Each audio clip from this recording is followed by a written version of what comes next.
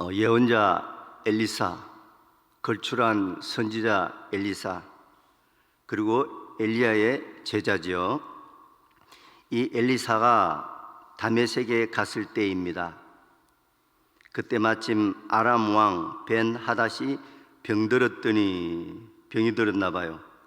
그래서 이 엘리사 선지자가 왕에게 보고를 합니다. 신하가 이르되 하나님의 사람이 여기에 이르렀나이다 그랬던 것입니다. 우리 화요일에는 열왕기하 5장에서 아람 왕 군대장관 나만이 나병에 걸렸다가 난 적이 있었습니다. 이제는 왕이 병이 들었습니다. 아마도 노한인 듯 싶습니다. 그런데 그 유명한 하나님의 선지자 엘리사가 이르렀다고 하니 귀가 번쩍 뛰었습니다. 얼마나 반가웠겠습니까? 그 천하를 호령하는 이 아람 왕이 병들고 힘드니까 정말 그도 왕이라 할지라도 붙잡을 건 어딘가 지푸라기라도 붙잡고 싶은 그런 마음이었을 것입니다. 그런데 그 유명한 하나님의 선지자 엘리사가 이르렀다고 하니 얼마나 마음에 반가웠겠습니까? 그래서 신하 하사엘을 시켰습니다. 손에 예물을 가지고 가서 하나님의 사람을 잘 맞이하고, 그리고 내가 이 병에서 살아나겠는지 살아날 수 없는지 그를 통해서 하나님께 잘 물어봐 달라고 그렇게 명령을 했던 것입니다.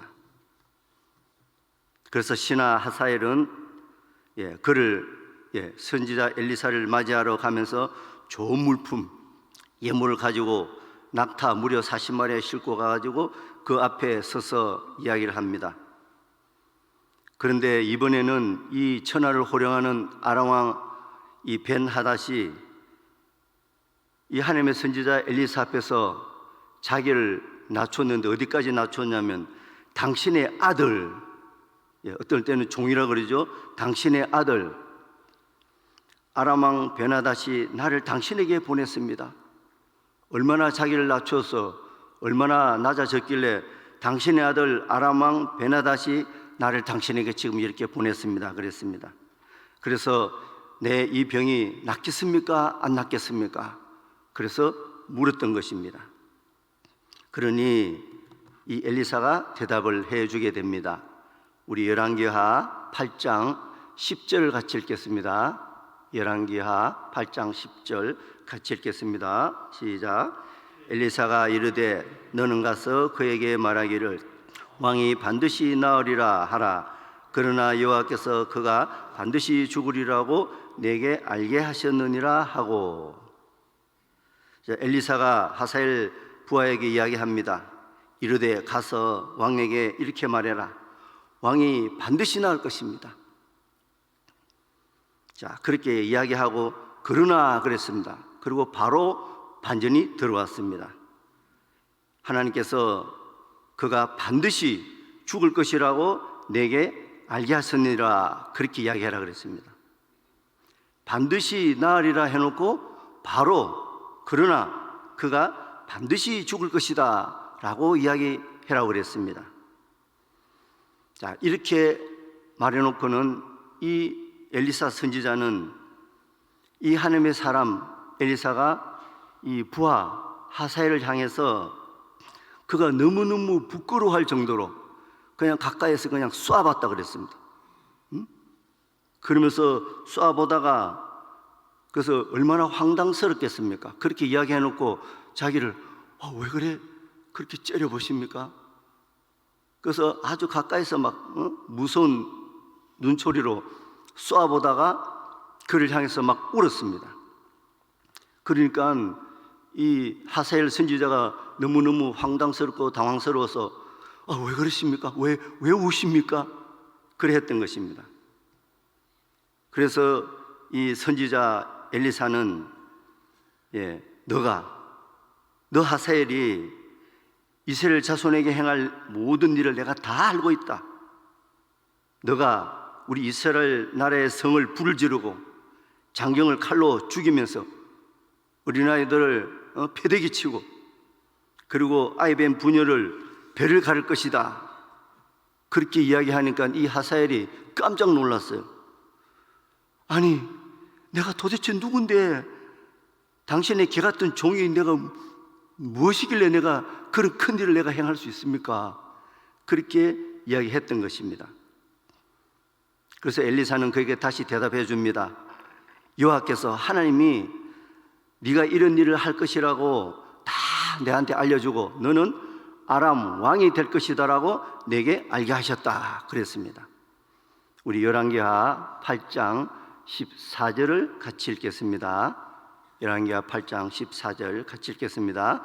그가 엘리사를 떠나가서 그의 주인에게 나아가니 왕이 그에게 묻되 엘리사가 네게 무슨 말을 하더냐 하니 대답하되 그가 내게 이르기를 왕이 반드시 살아나시리이다 하더이다 하더라. 아멘.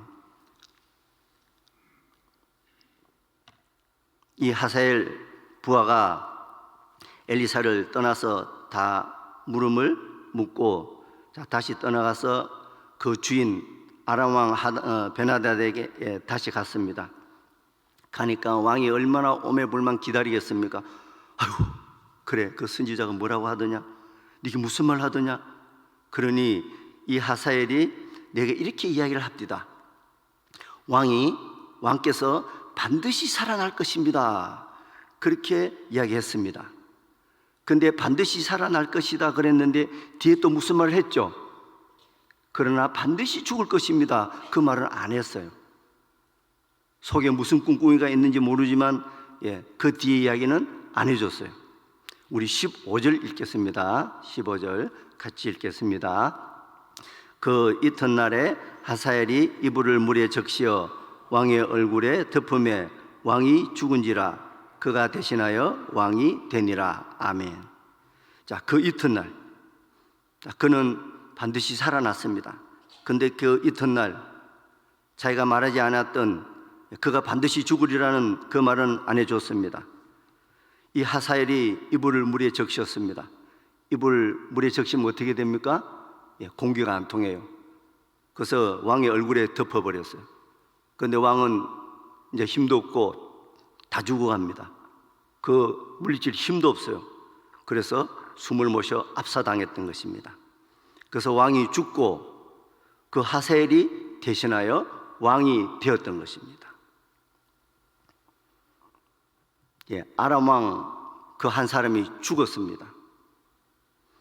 자, 물론 사람이 죽고 우리는 이 열왕기 이 설을 보면서 역대기 왕들이 죽고 죽이고 범죄하고 신하가 역모를 꾸며가지고 죽이고 범죄하고 또 이 많은 백성들을 우상을 섬기게 하고, 자, 그런 많은 일들이 있었습니다.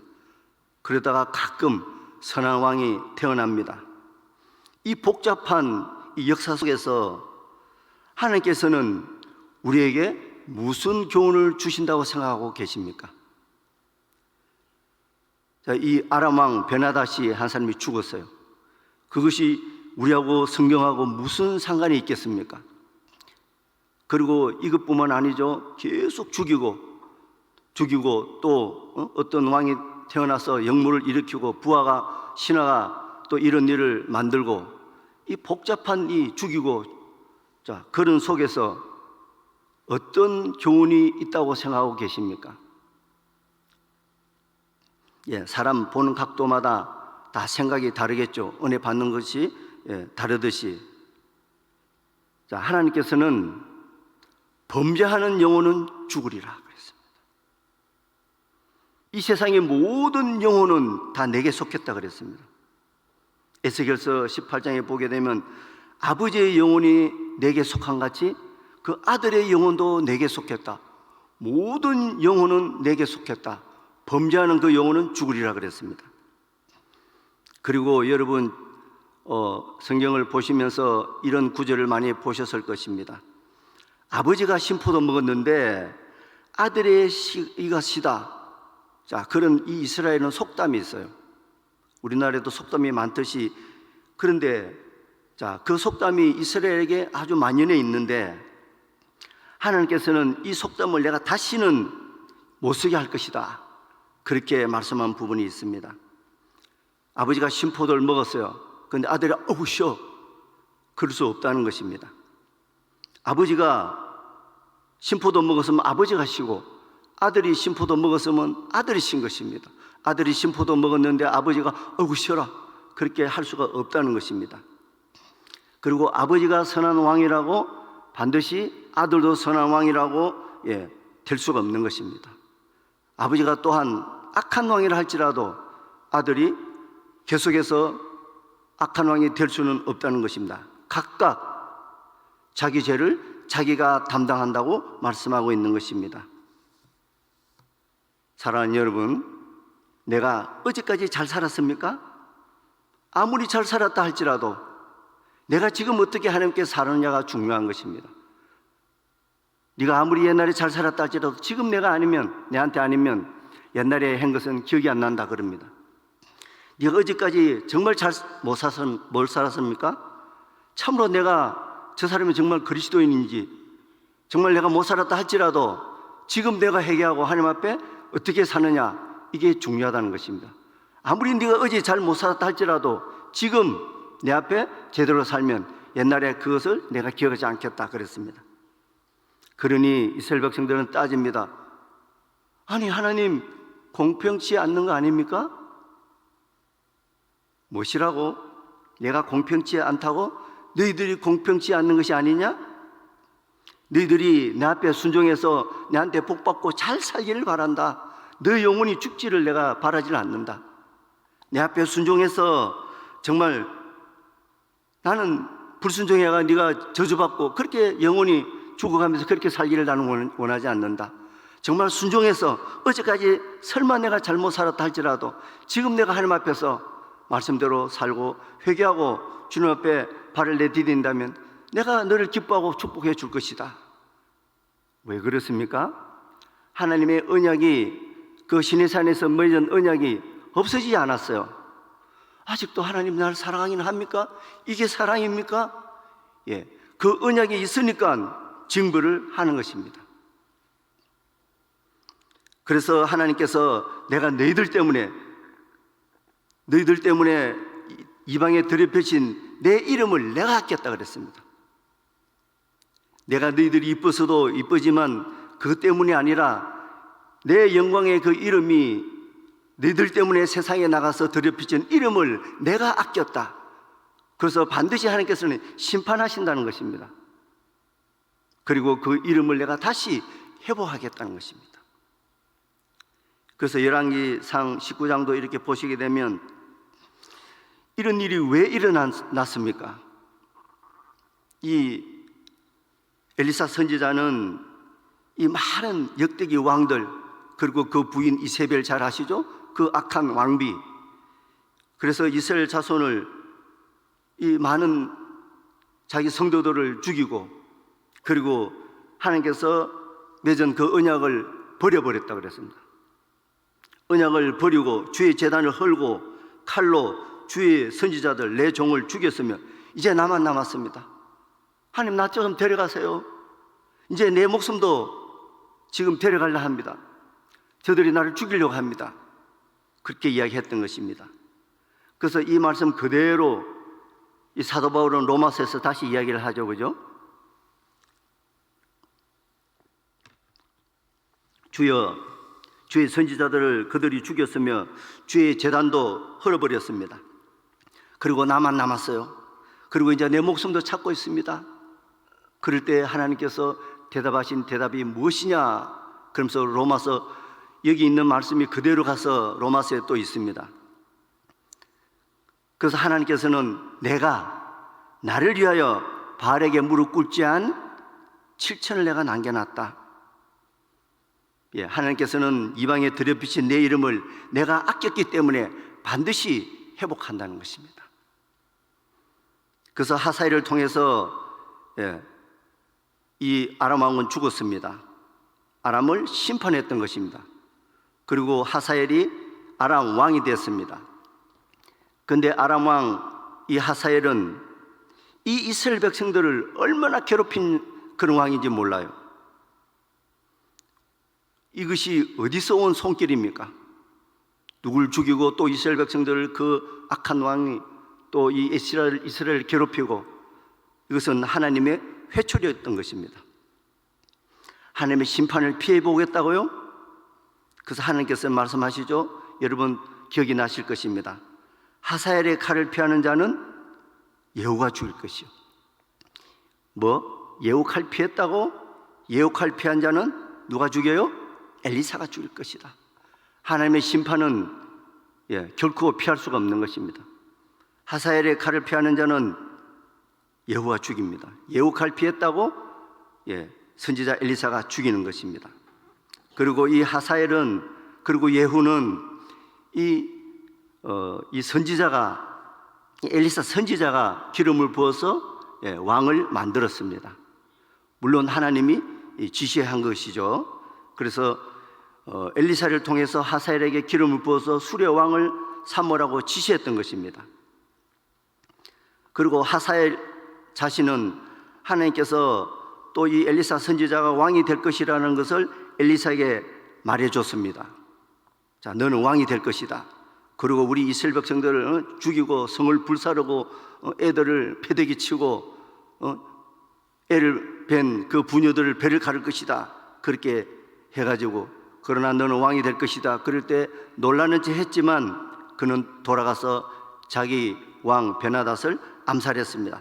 그래서 보좌를 차지하고, 그리고 또 이 하사엘이 엘리사의 예언대로 이스라엘 백성들을 크게 괴롭혔던 것입니다.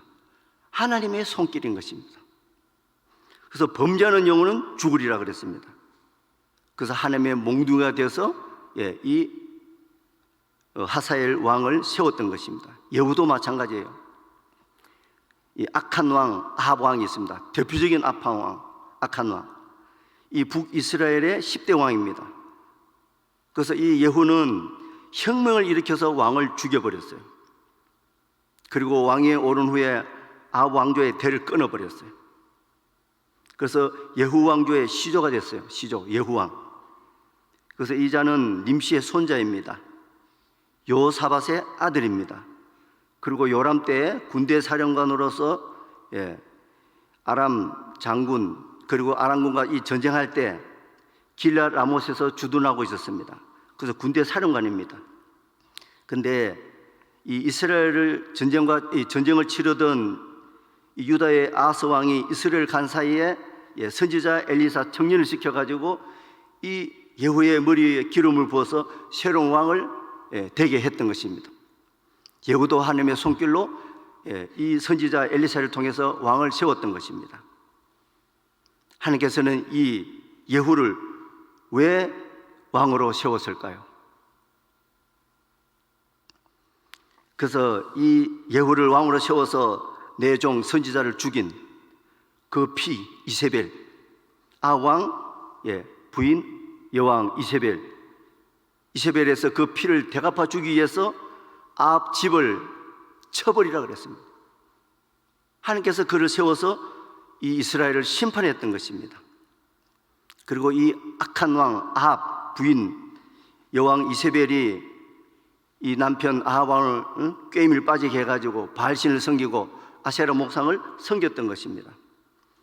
그래서 이 이스라엘 백성들의 그 선지자 종도를 죽이고 이스라엘 그 선지자의 피를 흘린 그 범죄의 대가로 그 아합 집을 멸절시켰던 것입니다. 우리가 이 조선시대 보면은 이 삼족을 멸한다 그러죠. 그래서 하나님께서 그 족속을 다 멸절시켜 버렸어요. 그래서 이 예후는 요람 왕 아시아 왕을 살해하고, 이 예후는 또 요람의 시초를 나봇 포도밭에 던져버렸어요. 뿐만 아니라 아합의 왕비 이세벨, 그리고 아합의 아들들 70명을 죽여버렸어요.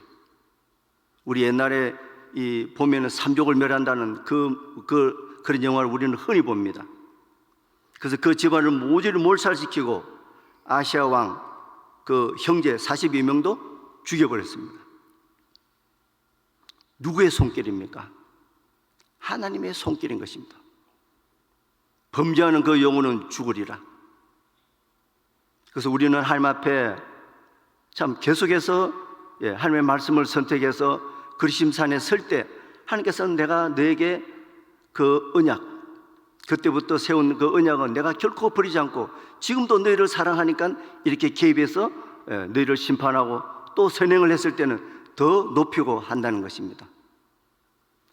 어제와 비슷한 이야기입니다. 내가 하나님 앞에 어떻게 살아가느냐, 네가 어제까지 잘 못 살았느냐? 지금이 중요하다. 아무리 내가 어제까지 잘 살았다 할지라도 지금 아니면 아니라는 것입니다. 우리는 하나님 앞에 지금이 중요한 것입니다.